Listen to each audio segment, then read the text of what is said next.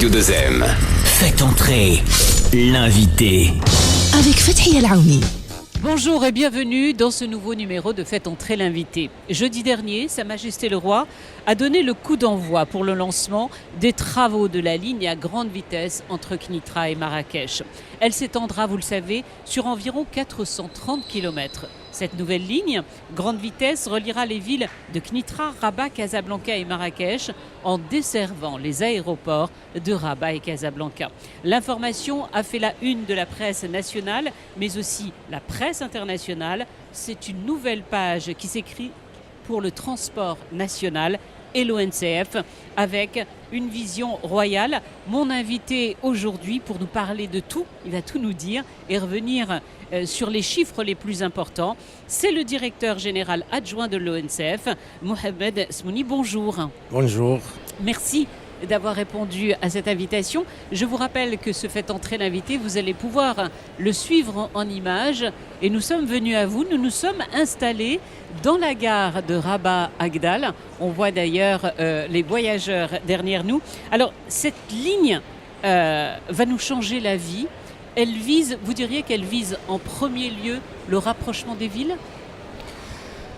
Tout d'abord, ravi de vous accueillir dans la gare de Rabat-Agdal et je pense que c'est aussi un moment fort pour partager avec vous un peu plus de détails sur la ligne grande vitesse et sur le projet que Sa Majesté vient de donner le coup d'envoi le jeudi dernier. C'est vraiment un jour mémorable qui sera célébré et restera mémorable au niveau de tous les Marocains. La ligne grande vitesse, effectivement, je pense que c'est une suite logique. Vous savez que le Maroc il a adopté le schéma directeur de la grande vitesse de 1500 km. Je pense que Sa Majesté que Dieu l'assiste avait donné son accord. Et puis la première ligne, c'était le Knitra-Tanger. C'était le premier tronçon. Et maintenant, je pense que c'est une succession logique, qu'il y ait la continuité et l'extension. Stratégique. Donc la vision stratégique de Sa Majesté, et je pense qu'il faut le dire, il faut le rappeler, il faut le dire plusieurs fois, c'est grâce à Sa Majesté qu'on a eu ce TGV. Et c'est sa vision qui a eu cette clairvoyance qui a été depuis 2007 effectivement adoptée. Peu de pays ils l'ont fait. Et je pense que ça c'est vraiment une vision bien ancrée qui a fait aujourd'hui qu'on ait cette continuité de la ligne grande vitesse. Alors aujourd'hui, les avis ont changé, mais beaucoup étaient sceptiques au départ, même sur cette ligne Tanger-Knitra.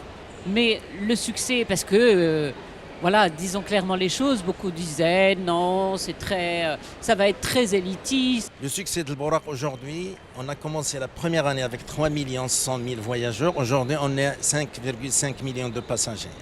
Je pense que l'année prochaine, on sera vers 6 millions de passagers. Donc une évolution de 80% depuis le lancement à maintenant. Il y a beaucoup d'indicateurs sur la grande vitesse, une ponctualité, 96-97% de ponctualité, un taux d'occupation moyenne supérieur à 70%, le taux de satisfaction des clients, jamais, 98%, les gens sont satisfaits de la prestation de Borak. Je voulais revenir un petit peu sur les enseignements aujourd'hui de la grande vitesse. Je pense que l'expérience du Maroc, c'est une expérience très riche et il est unique dans le monde. Deux enseignements essentiels. C'est que les pays, la grande vitesse était au départ un produit pour les pays développés, les pays à revenus très élevés. Le Maroc a démontré qu'un pays comme le Maroc, à économie intermédiaire, un pays à économie émergente, peut prétendre d'avoir cette technologie de la grande vitesse. Le deuxième enseignement, c'est qu'on a fait aujourd'hui le Borak, la grande vitesse. Les gens au départ imaginaient que c'est les riches qui ont un revenu professionnel assez élevé, qui vont pouvoir accéder. Avec la tarification qu'on a fait, on a rendu effectivement ce TGV démocratisé pour toutes les populations. Chacun trouve son prix. Donc c'est deux enseignements essentiels et qui montre effectivement cette expérience marocaine qui est vraiment unique et qui mérite d'être effectivement racontée, d'être partagée et il faut aussi être fier d'avoir arrivé à ce résultat. Mais justement, on se situe où, nous, le Maroc, au niveau international? En termes de grande vitesse, on est dans le top 10 ou pas? Si on regarde les vitesses, aujourd'hui, on a quand même une vitesse commerciale de 320. Il y a très peu de pays qui circulent à cette vitesse. Dans le monde, aujourd'hui, il y a la Chine qui ont le maglev, mais c'est une autre technologie, c'est la suspension magnétique. Mais les trains qui circulent sur les voies ballastées ou les voies dallées, c'est 350 km. Il y a l'Allemagne et puis on vient nous. Il y a nous, la France, le Japon. Nous sommes les trois qui circulent aujourd'hui à 320. Donc on est pratiquement dans le mondial, top 3. On est au top 3. Donc le top 3 au niveau vitesse. Au niveau longueur, on n'est pas, effectivement, avec l'extension de la vitesse, on va avoir quand même un réseau plus de 600 km et on sera, Inch'Allah, dans le top 10. Maintenant, en termes d'attractivité, je pense qu'il n'y a pas eu aujourd'hui beaucoup d'études sur... Mais je pense qu'on doit se situer, si on intègre beaucoup de facteurs, la vitesse commerciale, la ligne, la tarification, etc., le niveau de maintenance, la qualité de l'infra, on doit être dans le top 10. Et je rappelle qu'au niveau de le WEF, le World Forum Economic, il avait classé le Maroc comme premier pays africain qui a une qualité d'infrastructure ferroviaire impeccable. En 2019, c'était... Alors, cette nouvelle ligne à grande vitesse, c'est un projet colossal qui a nécessité des années de préparation avec une volonté, celle de multiplier les expertises dans le monde. De nombreux pays ont été sollicités pour les différents appels d'offres. On a vu ça passer petit à petit. Là, c'est l'occasion de faire un petit résumé. Est-ce que vous pouvez nous rappeler combien de pays ont participé à l'appel d'offres et lesquels? Et ceux qui les ont obtenus finalement? Je vais revenir, mais principalement, il y a d'abord l'expertise marocaine. Parce que dans ce premier projet, le choix a été fait dès le départ de pouvoir appréhender cette technologie. On n'a pas voulu acheter du clé en main, comme ils ont fait beaucoup de pays, je ne vais pas les citer. Mais nous, le choix dès le départ, c'était d'acquérir cette technologie, de l'avoir parce qu'on était sur le premier tronçon et on a voulu effectivement la continuité. Donc il y a eu beaucoup d'expertise marocaine, beaucoup de retours d'expérience dans ce domaine. Sur le projet actuel, donc il y a des entreprises marocaines qui font le génie civil, plus que la moitié. Il y a des entreprises chinoises, il y a des entreprises françaises qui nous assistent dans la pose de la voie, la caténaire. Il y a des entreprises françaises toujours dans l'assistance à la maîtrise d'ouvrage. Il y a aussi des entreprises espagnoles, donc il y a un peu le tout. Il y a plusieurs pays. Si vous venez de nous rejoindre, aujourd'hui nous revenons en détail sur la ligne à grande vitesse dont les travaux ont été lancés la semaine dernière par le souverain. Et mon invité aujourd'hui est le directeur général adjoint de l'ONCF, Mohamed Smouni. Il y a aussi, on parle de l'international, j'y reste un instant parce que à travers ce projet de ligne à grande vitesse, il y a une dimension continentale.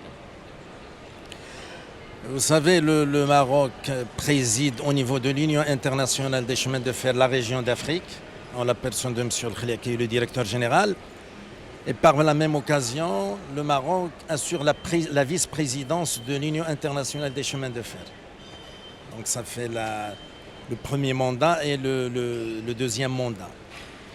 Et au niveau continental, donc le Maroc avec ses infrastructures, il est pratiquement le premier pays qui a la grande vitesse au niveau de l'Afrique. Et puis même le réseau classique, on a un réseau à la hauteur des réseaux européens, donc on n'a rien à envier. Et au niveau continental, donc on a pas mal de coopération avec nos amis de l'Afrique, donc au niveau de la formation, au niveau de l'expertise, au niveau de l'assistance. Donc il y a une panoplie. C'est vrai qu'on n'assure pas les opérations dans les pays de l'Afrique, mais on est pratiquement présent avec beaucoup d'opération, de formation, d'expertise et d'assistance technique. Donc avec un véritable accompagnement pour les pays du continent. Et puis on met à disposition effectivement cette expertise et cette expérience marocaine au profit de nos amis africains.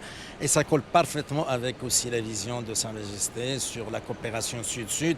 Ça, on est pratiquement en parfait alignement avec cette vision. Alors j'aimerais bien que l'on évoque aussi le volet économique, parce qu'il est quand même essentiel. On a vu tous le gain de temps. On a encore du mal à imaginer, ça fait rêver presque de se dire les distances. Comment on va se rapprocher, un Tanger-Marrakech, combien?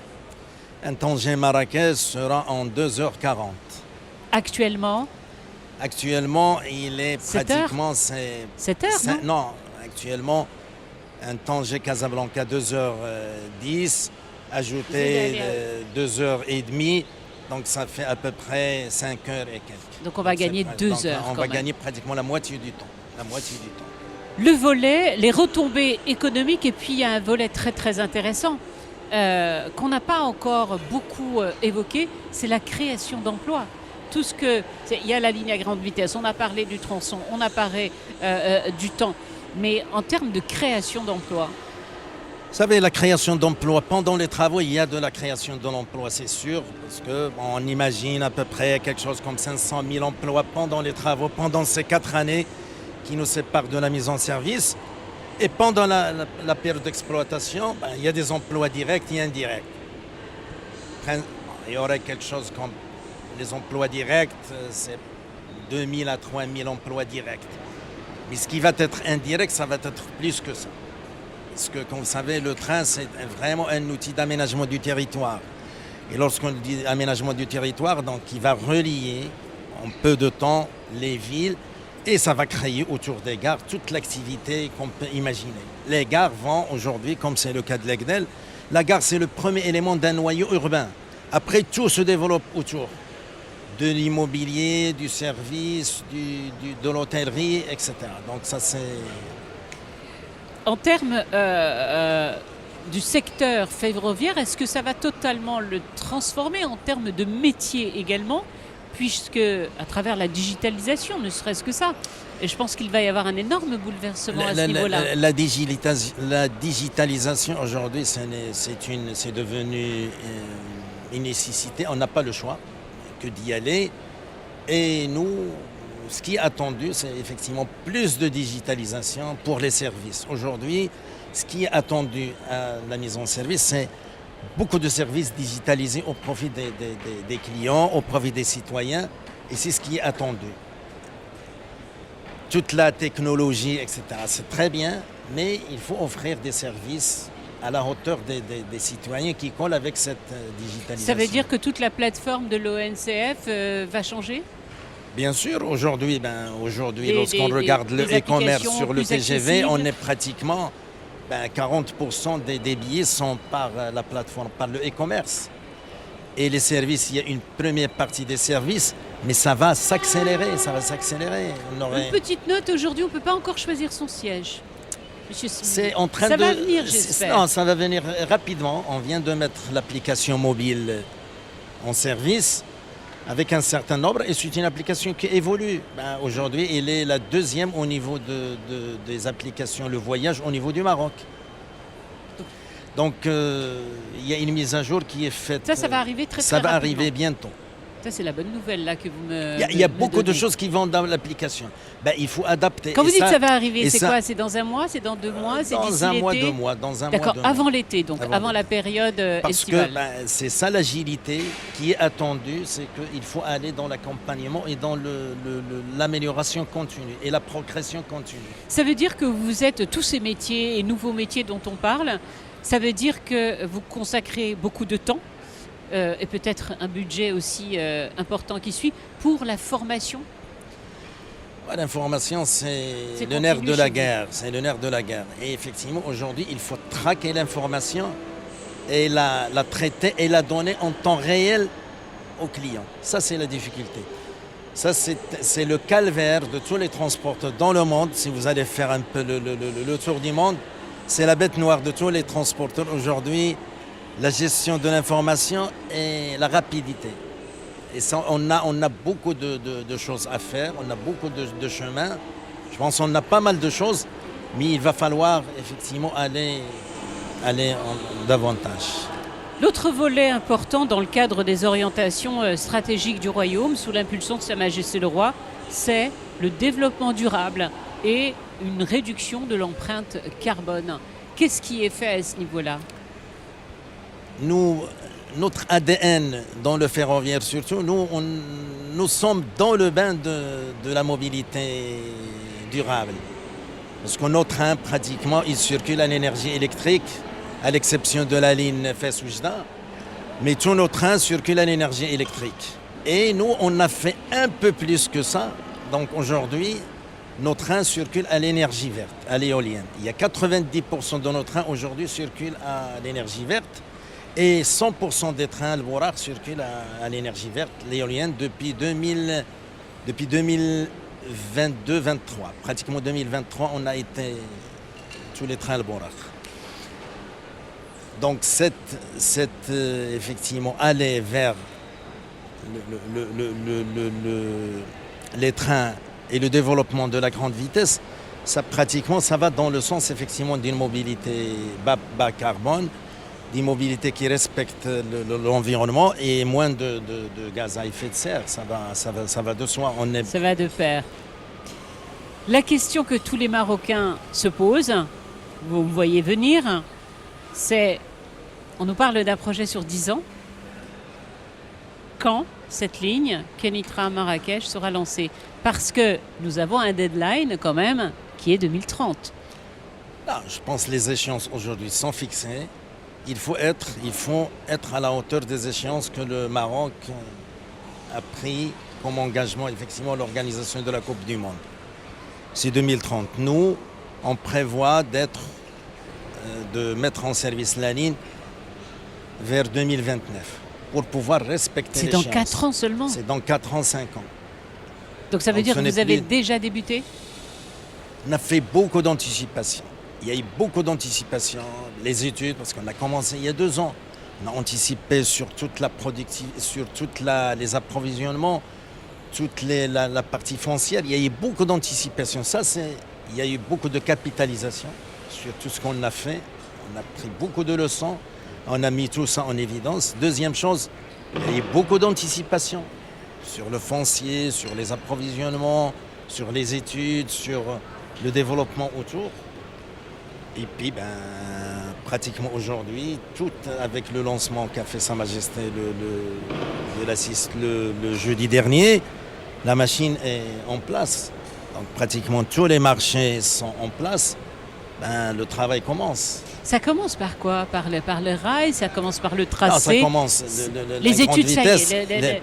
Il faut commencer par le génie civil. Le génie civil, il y a la plateforme, les ouvrages, le tunnel sous Rabat. Après, on vient poser la voie, la caténaire, mettre la signalisation. Une fois qu'on a mis tout ça, on commence à faire nos essais. Les essais, est-ce que ça marche? Les essais de montée en vitesse. Et puis les essais, ce qu'on appelle les essais d'intégration, c'est effectivement que le train s'intègre avec l'infrastructure. Ça, c'est très difficile. Donc, on a l'habitude. Une fois que ça, après vient toutes les équipes commerciales qui travaillent aussi en parallèle. Parce qu'il faut concevoir des trains, il faut concevoir des produits. Et puis les trains, les nouveaux trains vont arriver, c'est vrai, on a l'ancienne flotte, mais on va acheter 18 autres trains TGV, nouvelle génération. Donc ils vont arriver aussi vers 2027, 2028. Oui, voilà, parce que alors, en général, les essais, nous, on n'y connaît rien, donc permettez-moi la question. En général, c'est quoi? C'est 1 an, 2 ans avant les premiers essais? Les essais, généralement, entre 6 et 1 an.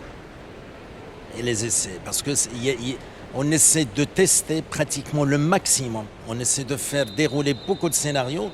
Il faut débugger un petit peu la ligne pour qu'on n'ait pas les imprévus. Donc il faut s'assurer, ça c'est l'avantage de la grande vitesse, comme c'est la grande vitesse, c'est un système. Donc il faut pratiquement toutes les composantes les mettre en harmonie pour pouvoir effectivement, lorsqu'on met en service, on met en service, il n'y a pas de bug où qu'il faut être parfait. Vous vous rappelez lorsqu'on a mis 2018, donc on n'a pas et on a eu 9 mois d'essai. Il y a des essais qui se font sur le site, il y a des essais qu'on essaie de faire sur plateforme numérique, etc. Ça, c'est pour gagner le temps. Mais les essais, c'est une sacrée étape très importante dans la réussite d'un projet à la fin. On y arrivera? On sera vraiment prêt en 2029? C'est beaucoup je de pense, stress pour vous ou une joie immense de se dire Non, je pense- et la fierté, vous disiez en début d'émission, pour vous, c'est un moment historique. Il y a de la fierté, il y a le défi, il y a ce challenge. Et je pense, moi je l'ai dit, je le dis et je le répète, le Maroc c'est un pays de challenge, c'est un pays de défi. Il n'y a pas de raison. On n'a jamais imaginé, il y a 20 ans, qu'on aurait un TGV. Aujourd'hui, on l'a eu. On continue. On n'a jamais imaginé peut-être organiser la Coupe du Monde. On va le faire. Il y a beaucoup de choses qu'on n'imaginait pas. Je pense, les Marocains, on a une qualité. C'est qu'on travaille généralement sous pression, mais on arrive, on livre. Ça, c'est l'essentiel. Ça, c'est l'essentiel. Ça nous définit très bien. Je ne dis pas c'est un défaut. Moi, je le vois plus une qualité. Comme des challengers qui aiment... De toute façon, ça, c'est l'essentiel. Ou avec la volonté. Non, vous êtes arrivé à un défi pour le Bouraq notamment. C'est effectivement très peu de retard. Quand on voit, au niveau des trains, je ne sais pas quelle est la moyenne, mais vraiment, pour El Bouraq, c'était, on se disait, il va y avoir quand même... Le TGV, c'est une machine qui transforme les pays et les entreprises. Nous, lorsqu'on a entamé le TGV, il a transformé l'entreprise au sein de l'ONCF. Vous vous rappelez qu'on était mal noté. Il y a avant le Bouraq, après le Bouraq. Le Bouraq est venu effectivement mettre cette ligne de séparation. Il y a eu l'avant et l'après. Et l'après, effectivement, on a fait 180 degrés dans la manière de faire et la perception du client a changé. Et je pense le TGV, si on veut aller au-delà des enseignements aussi, je pense qu'il a réconcilié les Marocains avec le service public et avec même l'État d'une manière ou d'une autre. Et là, effectivement, il faut pousser des études sociologiques dans ce sens. Et moi, de toute façon, moi, le constat, c'est ça un peu. Il est des plus positifs. Merci beaucoup.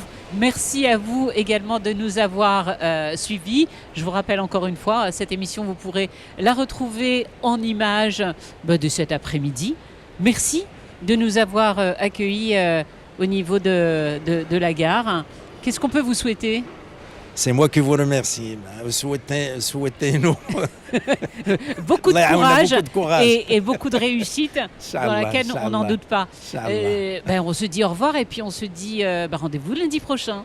Bye bye.